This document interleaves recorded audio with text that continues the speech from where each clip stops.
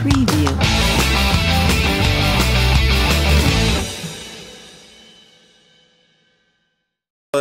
Troisième match des Centurions à domicile, deuxième défaite, qu'est-ce qu'on peut dire de ce match? Donc troisième match à domicile, donc c'est vrai qu'on perd pour la deuxième fois chez nous. C'est différent, c'est aujourd'hui parce que c'est vraiment une équipe qui était tactiquement beaucoup plus prête que nous. Donc là, il n'y a pas de faute vraiment sur le jeu, les joueurs ont tout donné, on a eu des absents, on a des malades, on a des joueurs clés qui malheureusement n'ont pas pu être là. Donc en soi, il n'y a pas grand chose à dire sur ce match-là, ils ont donné et maintenant il faut se préparer un peu mieux et il faut juste qu'on se remette tous un peu en question et voilà.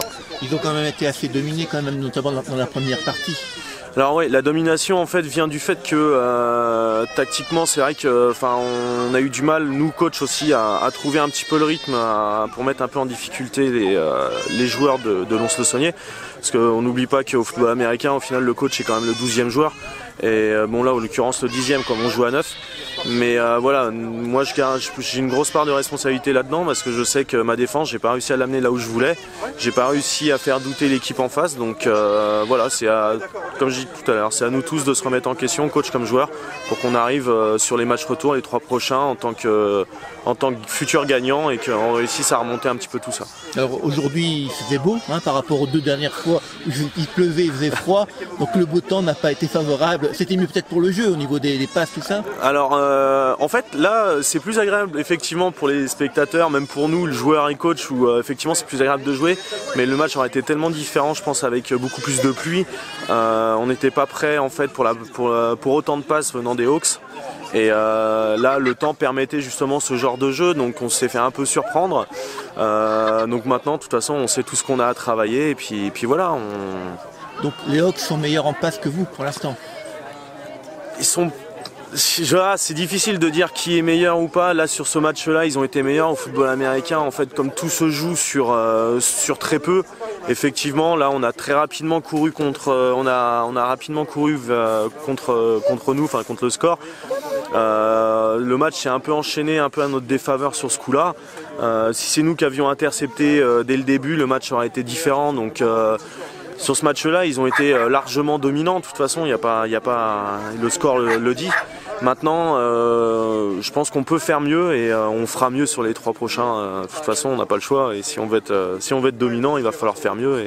Et le fait que la première partie soit dominée par Lons, qu'est-ce que ça fait par rapport au moral de c'est comme dans n'importe quel sport. Si on prend le football classique, le soccer, si on rentre à la mi-temps avec 2-0, c'est vrai que le jeu, l'attaque doit être beaucoup plus offensive. C'est quand même beaucoup plus compliqué vraiment d'aller chercher quand même 2 marques derrière.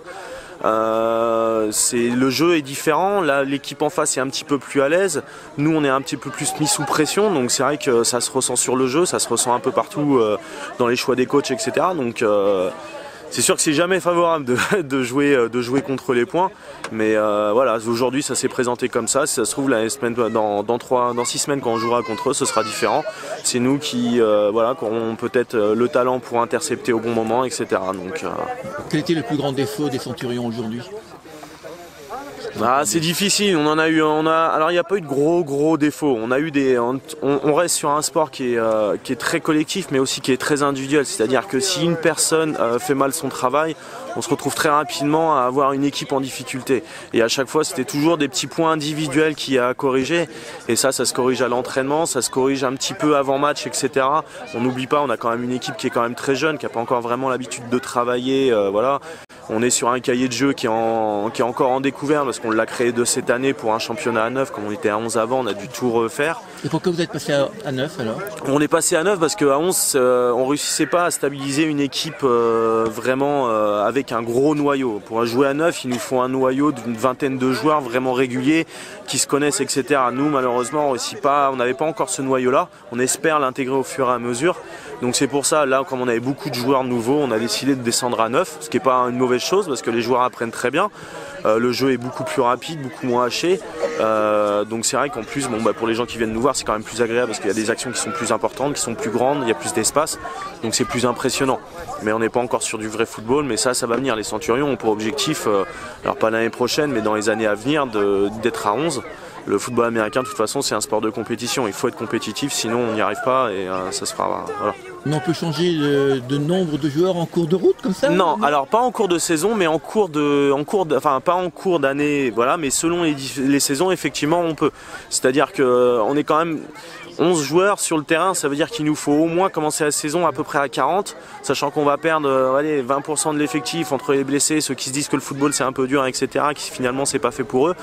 On commence la saison à une trentaine de joueurs. Avec les blessés au fur et à mesure, on finit à 25. 25 c'est pas assez à 11, ça devient très très juste, surtout avec des joueurs inexpérimentés. Donc voilà, le tout c'est l'expérience.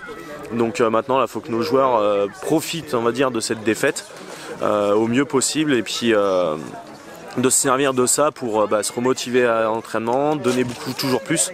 Et puis voilà, de toute façon, comme on a toujours dit, cette année c'est une année d'apprentissage. L'apprentissage est un peu plus dur que prévu, mais c'est pas grave, c'est le jeu. Alors, il y a eu beaucoup de blessés quand même par rapport au match précédent. Alors le terrain est ouais, stable. alors les blessés c'est vraiment aléatoire, ça dépend vraiment pas tellement du terrain. C'est vrai que si le terrain est glissant, c'est plus souvent des articulations à cause des glissades, etc. Où là, dans ce cas-là, c'est jamais trop grave.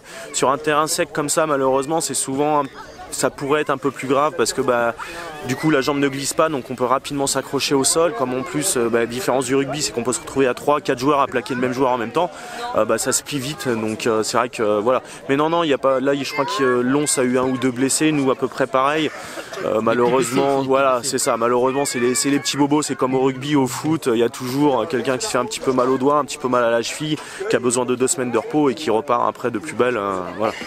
Alors la suite de la compétition, c'est que maintenant vous allez chez eux, c'est ça? Alors voilà, là on part sur la suite de la compétition, on part sur donc là 3 matchs d'affilée à l'extérieur. On commence par Mâcon qui nous avait battu il y a maintenant 6 semaines d'un petit touchdown. Donc voilà, là on a une petite revanche à prendre chez eux, donc dans 2 semaines. Dans 4, on retourne dans l'Orne à Nevers, donc chez les Arciers, où là, dans ce cas-là, le but, ce sera vraiment de reprendre un petit peu confiance. Enfin, voilà, on verra de prouver que voilà, c'était pas un accident le précédent score. Et après, donc dans 6 semaines, on retrouve encore les Hawks. Et là, on aura envie de faire quand même beaucoup mieux. Voilà, le but, ce sera vraiment de montrer que cette première partie de saison n'était pas représentative de ce qu'on veut faire. Et que maintenant, on va donner un peu plus. On s'est fait surprendre 2 fois. On essaiera de ne pas faire 3 et 4e. Et puis voilà. Et après les 6 matchs, ça se passe comment? Alors après les 6 matchs, il y a un classement qui est fait. Donc on est sur une poule avec Lons-le-Saunier, Mâcon et nous-mêmes. Il y a un classement qui est fait. Les 2 premiers vont aller affronter la poule Auvergne-Rhône-Alpes.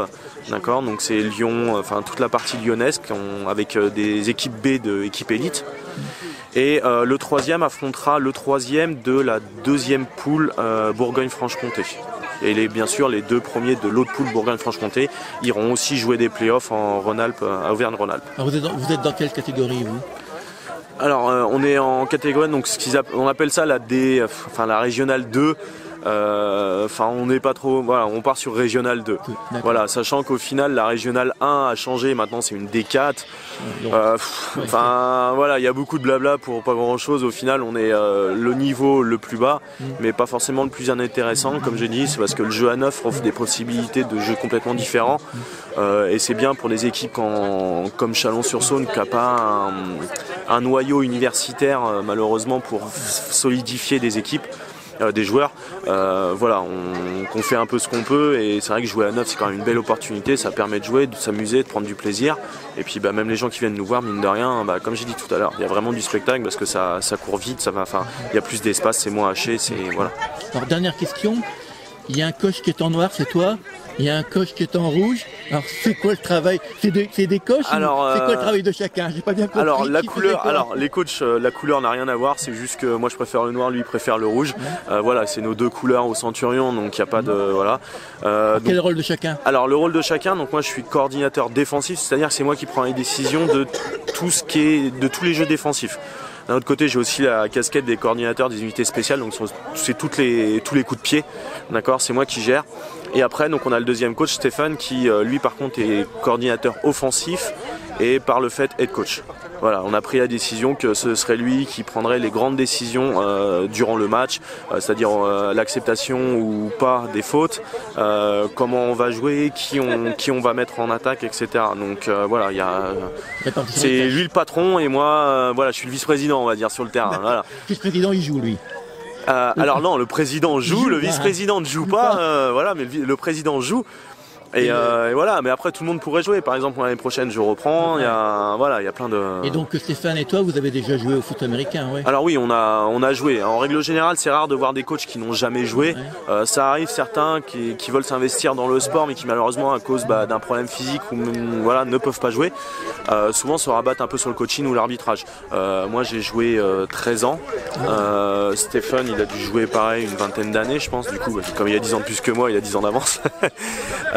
Mais voilà, en règle générale, on joue. Donc moi, je suis en pause à cause de problèmes physiques, mais l'année prochaine, j'arrête le coaching pour encore faire quelques petites années de sport. Et puis voilà. Mais en règle générale, voilà, on a joué, on sait ce qu'est le football, on a joué au niveau un petit peu plus supérieur. Donc voilà, on connaît un peu et puis. On prend toujours plaisir à coacher, donc ce qu'il faut, c'est ce sport est un peu addictif, on va dire. Alors dernière question, j'ai fait 3 matchs ici, 2 sous la pluie, 1 sous le soleil. Bon, à chaque fois, on critique les arbitres. De chaque côté, j'ai vu que Lens était très virulent. Donc l'arbitrage apparemment, même ils étaient moins nombreux que d'autres fois parce qu'ils étaient que 4. Donc l'arbitrage a l'air d'être très compliqué. Alors l'arbitrage, le problème, c'est que le football américain est ultra compliqué en termes d'arbitrage parce qu'il y a énormément de petits points qui laissent à interprétation et malheureusement voilà, alors il y a des petits défauts de formation parfois, il y a des fois il y a tellement de règles que on en oublie des fois, on en oublie, donc c'est vrai qu'on essaye, on évite de trop interférer sur les choix de l'arbitre, mais c'est vrai que des fois il y a des fautes qui sont flagrantes, qui sont pas sifflées, et ça c'est vrai que bon, ça dérange, c'est un peu comme dans tous les autres sports où quand l'arbitre décide de pas interférer un peu dans notre faute alors qu'on estime qu'il y avait faute pour nous, enfin que ça allait dans notre sens, c'est vrai que bon, c'est un peu frustrant sur des matchs quand même qui restent assez serrés, assez disputés. La pression monte et souvent c'est vrai que les arbitres prennent un petit peu, surtout qu'en plus on en a toujours un sous la main. Il y en a 4, donc on en a toujours un sous la main qui traîne, donc c'est vrai qu'on a rapidement tendance à lui dire c'est pas normal ça, pourquoi, etc., savoir pourquoi, quelle décision. Donc voilà, mais en soi, non, on est très content qu'ils soient là parce que sans eux de toute façon il n'y a pas de sport, donc la plupart du temps on crie un peu, on grogne un peu et puis après on va leur serrer la main, on s'excuse un petit peu, on leur dit je suis désolé, on reparle un peu des règles à la fin de l'entraînement pour que tout le monde parte sur des bonnes bases, qu'on soit sûr que personne ne se trompe, savoir un peu, c'est un perpétuel apprentissage, que ce soit nous coachs ou même eux arbitres, qu'on se mette d'accord sur effectivement pourquoi il a pas sifflé, pourquoi il a sifflé, etc. Ce qui nous permet aussi d'évoluer et puis au prochain match que ça se passe de mieux en mieux au fur et à mesure.